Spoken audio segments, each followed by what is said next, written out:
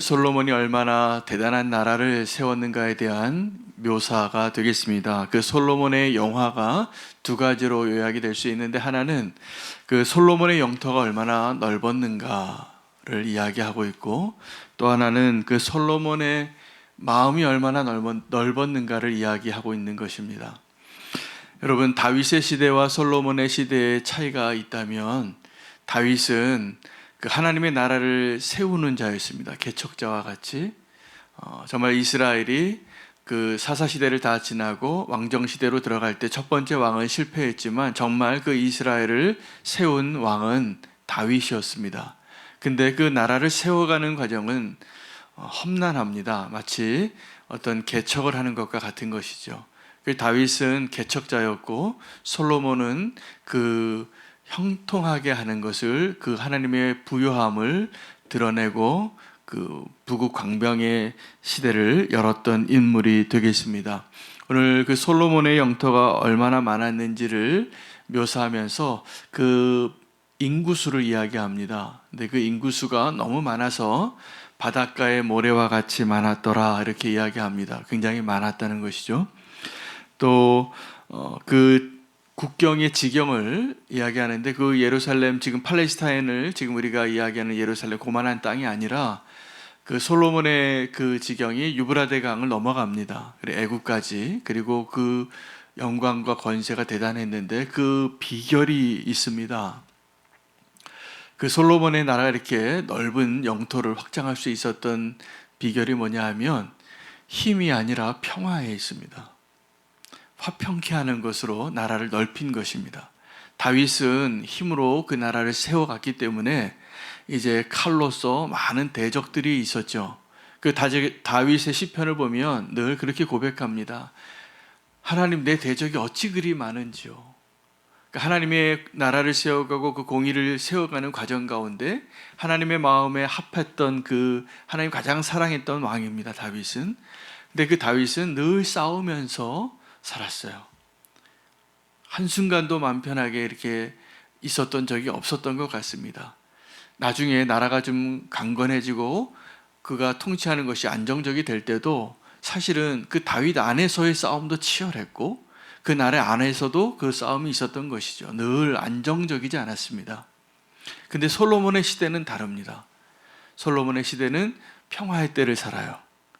그래서 훨씬 넓은 영토와, 오늘 그 솔로몬의 영광은 하나님이 특별하게, 사실은 다윗을 더 사랑하셨지만 다윗의 그 언약 때문에 솔로몬에게 더 많은 혜택을 주는 것이죠. 더 많은 것을 누리게 됩니다. 또 하나는 그 솔로몬의 지혜를 이야기합니다. 그 솔로몬이 지혜가 너무나 많아서 그 29절부터는 마지막 절까지 솔로몬의 지혜에 대한 이야기를 묘사하는데, 하나님께서 그 지혜와 총명을 주실 때 넓은 마음을 주셨다고 이렇게 이야기하세요. 그 솔로몬의 지혜에 대한 표현을 항상 마음에 대한 묘사로 이야기합니다. 여러분, 일천번제를 드리고 하나님이 내가 너에게 무엇을 주랴 구하라, 그때 솔로몬이 그 밤새 꿈에 고민하다가 지혜로운 대답을 했죠. 그때 지혜를 구했는데 그 지혜를 구하는 그 마음을 뭐라고 표현했냐면 듣는 마음이라고 이야기했습니다. 오늘 저와 여러분 가운데 하나님이 은혜를 주셔서 그 지혜를 주시기를 원합니다. 근데 그 지혜는 어떤 것이냐 하면 듣는 마음입니다. 그 지혜는 어떤 것이냐 하면 넓은 마음입니다. 우리는 어떤 영역에서 전문가들을 만납니다. 저는 전문가를 정말 존중합니다. 이번에도 우리 교회에 이렇게 음향 설비를 새롭게 하는 일들을 이렇게 지켜보니까 전문가가 다르더라고요. 그 어떤 기계나 어떤 이런 음향이나 이런 사운드를 이렇게 점검을 하는데, 그거는 수십 년 동안 그 일을 한 사람만 할 수 있는 일이에요. 이 소리를, 우리는 내 소리밖에 안 들리거든요. 이렇게 제가 설교를 할 때는 제 목소리만 중요하고, 또 어떤 분이 찬양할 때는 내 목소리만 중요하고, 연주를 할 땐 내 악기 소리만 중요해요. 그래서 그걸 듣고 싶어 해요. 그런데 정말로 아름다운 소리는 뭐냐면 이게 다 아름답게 조화가 돼야 되거든요. 근데 그것을 다 좋아하는 사람은 뒤에 있어요. 그래서 이게 같이 이렇게 할 때는 내 목소리가 더 너무 크다 작다 이런 얘기를 하는데, 사실은 듣는 사람은 따로 있어요. 아주 가장 이 공간에 맞게 그걸 잡아주더라고요. 지금도 마이크 소리가 좋아졌잖아요. 이게 다 그 전문가가 만져준 것 때문이에요. 그런데 이 솔로몬의 지혜는 어떤 지혜냐 하면, 이 전문가와 같은 그 지혜가 무궁무진했던 거예요. 그 백과사전과 같은 지혜를 그 모든 영역에서 전문가적인 식견과 지혜를 하나님이 이 솔로몬에게 주셨으니, 뭐 이 솔로몬이 뭐 모르는 게 없는 겁니다. 초목에 대해서, 동물에 대해서, 시간의 절기에 대해서, 역사에 대해서, 하나님에 대해서 너무나 지혜로우니까. 여러분, 인간의 지혜는 전문성을 가지고 어떤 영역에 다른 사람과 비교할 수 없는 전문성을 가질 수 있지만, 하나님의 지혜는 넓은 마음입니다. 굉장히 넓습니다. 굉장히 깊고 우리가 비교할 수 없는 그 지혜를 하나님이 갖고 계시는 것이죠. 그래서 우리가 구할 때 하나님을 의지하고 하나님을 동행하면서 살아가는 사람에게 주신 하나님의 은혜가 뭐냐면 지혜로운 사람이 되는 거예요. 성경에서 미련한 자는 사실은요, 이게 죄인하고 비슷한 거예요. 하나님의 지혜에서 떠나기 때문에. 근데 이 미련한 자들이 어떠한 모습이라고 잠언은 이야기하냐면, 자기가 스스로 지혜롭다고 생각하는 사람이 가장 어리석은 자라는 거예요. 그런 사람은 배우지 않습니다. 그리고 항상 자기가 먼저 결론 내린 게 있어요. 세상을 바라볼 때도 자기의 창으로밖에 보이는 게 없어요. 하나님이 창조하신 이 세상은 우리가 알던, 우리가 존재하던 우리의 능력과 존재를 뛰어넘는 하나님의 놀라운 능력과 그 지혜가 다 채워져 있는 것입니다. 그래서 우리에게 기쁨이 있다면 우리의 지혜는 어떤 거냐면 하나님의 지혜를 발견하고 흉내내는 것이에요. 대부분 그렇습니다. 어떤 사람이 어떤 창의력을 가지고 탁월한 어떤 지혜로 어떤 성과를 내고 업적을 내고 그런 대단한 일을 하는 것도 사실은 하나님이 하시는 일을 발견하는 것이에요. 요즘 우리나라도 그렇고 최근에 의술이 많이 발전이 돼서 이전의 시대보다 훨씬 오래 삽니다, 우리가. 근데 오래 사는데 어떤 우리 몸에 문제가 있거나 아픔이 있거나 이렇게 상처를 또 수술을 할 때도 보면 정말 그 전문 의가 이렇게 집도하는 거 보면 대단해요. 그 지식과 경험이 대단합니다. 그래서 그 병을 치유하고 우리가 신뢰하고 우리의 생명을 맡기는 것이죠.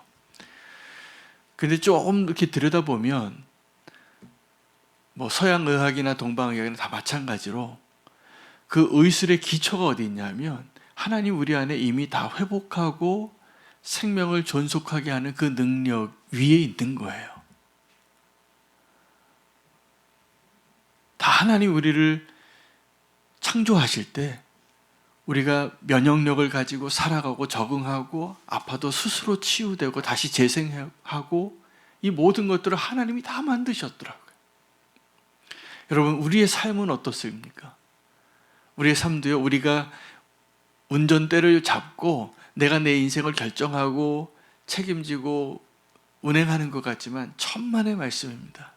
착각하지 마시기 바랍니다. 하나님은 우리의 존재의 시작과 끝을 이미 알고 계시는 거예요.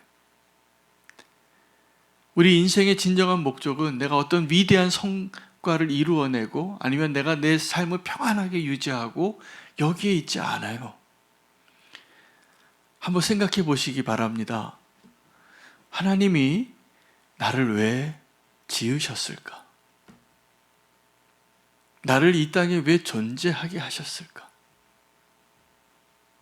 왜 그랬을까요, 도대체? 우리가 그것을 알지 못하면 우리는 우리의 인생을 착각하고 사는 거예요. 내가 아주 힘겹게 열심히 살아내서 내 인생을 어떻게라도 버텨내야지. 어떻게 좀 살아내 봐야지. 이게 우리의 인생의 목적이 돼버려요. 그러니까 다 어떻게 됩니까? 먹고 사는 게 중요해져요. 먹고 사는 게. 우리는 먹고 살기 위해서 열심히 일하는 거 중요합니다. 성실하셔야 됩니다. 우리 믿는 자들은 하나님을 신뢰하는 사람일수록 우리가 성실해야 돼요. 게으름에 대해서 경고 많이 합니다. 게으름은 하나님 원하시는 게 아니에요. 정말 하나님이 원하시는 사람들은 신실하게 성실하게 일하는 사람들이 맞습니다. 그런데 우리가 일하는 목적이 어디 있느냐는 것이죠. 오늘 솔로몬의 나라를 통하여서 하나님 주시는 은혜로 우리의 삶이 이런 솔로몬에게 허락한 그 은혜가 경험되어지는 저 여러분의 삶이 되기를 축복합니다. 여러분, 평화의 시기는 언제 가능하게 될까요? 사실은요, 이 평화의 시기는 정말 힘이 있을 때만 가능한 겁니다. 하나님이 솔로몬의 지혜와 솔로몬에게 힘을 주셨기 때문에 다른 나라들이 솔로몬과 싸울 생각을 안 해요. 그 솔로몬이 그냥 함께 더불어 사는 그 나라가 영토가 그렇게 확장이 되는 것입니다. 사람들이 착각해요. 내가 성공하고 번영하고 넓은 영토를 차지하기 위해서 다윗처럼 싸워야 된다고 생각하는데, 물론 다윗도 대단한 나라를 세웠지만 다윗보다 더 큰 나라, 더 큰 번영하는 시대를 살았던 솔로몬의 비결은 뭐냐 하면 평화에 있습니다. 이 솔로몬의 시대의 사람들이 다 평안하게 살았더라를 이렇게 표현해요. 24절에 25절에 솔로몬이 사는 동안에 유다와 이스라엘이 단에서부터 브엘세바에 이르기까지 각기 포도나무 아래와 무화과 나무 아래에서 평안히 살았더라. 여러분, 이런 지도자가 있으면 우리는 행복할 겁니다. 그렇죠? 이 솔로몬의 시대에 다 무화과 나무, 포도나무 아래, 이게 뭐냐면 풍족하게 평안하게 대적 없이 살았다는 거예요. 여러분, 근데 우리에게 있어서 이 평화의 나라를 세우기 위하여 대적이 없는 것이 유익합니까? 대적이 있는 것이 유익합니까? 네, 둘 다 유익한 것도 있고 없는 것도 있겠죠. 다윗의 시대는 그 대적이 있어서 유익했고, 솔로몬의 시대는 대적이 없었다는 거예요. 다 화평케 하려고 그냥 다 와서 악수하고 협약하고 같이 번성하는 시대를 살았다는 거예요. 여러분, 솔로몬의 시대는 그 솔로몬 때문에 솔로몬과 같이 그 오늘 이 표현되어진 영역에 있는 이 유브라데스 강 동편까지 또 이 애굽에까지 이 솔로몬의 그 넓은 영토와 함께했던 이웃 나라들이 다 어떻게 됐냐면 평화와 번영의 때를 살은 겁니다. 하나님의 은혜로, 지혜로 우리에게도 그 평화의 때가 오기를 소망합니다. 근데 그 평화에도 위기가 있어요. 위기가 있어요. 그래서 하나님은 이 솔로몬의 시대가 곧 어떻게 됩니까? 분열 왕국의 시대가 되고 다시 하나님을 떠나는 시대로 역사는 반복되는 것이죠. 이 평화의 때 하나님이 이 솔로몬에게 주시는 그 은혜의 때를 누리기 위해서 우리가 하나님께 구해야 될 것은 넓은 마음입니다. 넓은 마음. 여러분, 우리의 마음을 하나님께 올려드리길 원합니다. 오늘 솔로몬과 같이 하나님께 듣는 마음을 구하고 넓은 마음을, 29절에는 하나님이 솔로몬에게 주신 그 은혜를 이렇게 표현하고 있거든요. 하나님이 솔로몬에게 지혜와 총명을 심히 많이 주시고 또 넓은 마음을 주시되 바닷가에 모래같이 하시니. 지혜와 총명, 이것은 하나님의 지혜를 의미하는 겁니다. 하나님의 지혜는 우리가 헤아릴 수 없는데 이 솔로몬에게 그 하나님의 마음을 닮은 넓은 마음을 주셨다는 거예요. 여러분, 이 넓은 마음은 하나님의 마음입니다. 하나님의 마음입니다. 우리의 마음이 좁아지는 것을 경계하시기 바랍니다. 은혜의 때, 평화의 때 하나님이 주시는 그 형통함의 때를 누리기를 원하신다면 넓은 마음을 좀 가져보세요. 그럼 우리가 지금 고민하고 고민이 되는 그 일들이 별거 아닌 것처럼 작아질 것입니다. 왜요? 우리의 마음이 넓어졌기 때문에. 넓은 마음을 구하시기를 바랍니다. 듣는 마음을 구하시기를 바랍니다. 우리의 마음에서부터 평화가 시작이 되어지고 우리의 마음에서부터 하나님의 은혜가 시작이 되어지는 것을 오늘 솔로몬의 그 영광스러운 나라의 비밀로 알게 되는 것입니다. 솔로몬의 그 평화는 보이지 않는 힘 때문에 그 평화가 유지될 수 있었고 하나님이 주신 축복이죠. 하나님 함께 하시는 것. 또 그 솔로몬의 지혜 때문이었습니다. 솔로몬이 잠언을 3천을 짓고 시편을 105편, 1005편을 짓고 수많은 군대를 경영하고 이 모든 것이 가능했던 것은 넓은 마음 때문이었습니다. 오늘 우리가 지금 기도할 것은 하나님의 지혜를 구하면서 하나님 우리의 마음을 오늘 한 평이라도 좀 넓혀 주십시오. 그렇게 기도하기를 원합니다. 우리의 마음을 조금 더 넓히기 시작하면 하나님께서 주시는 은혜를 더 누리고 우리에게 더 그 평화의 영역을 그 지경을 넓혀 주시리라 믿습니다. 그 마음을 구하면서 함께 기도하겠습니다. 함께 기도할 제목들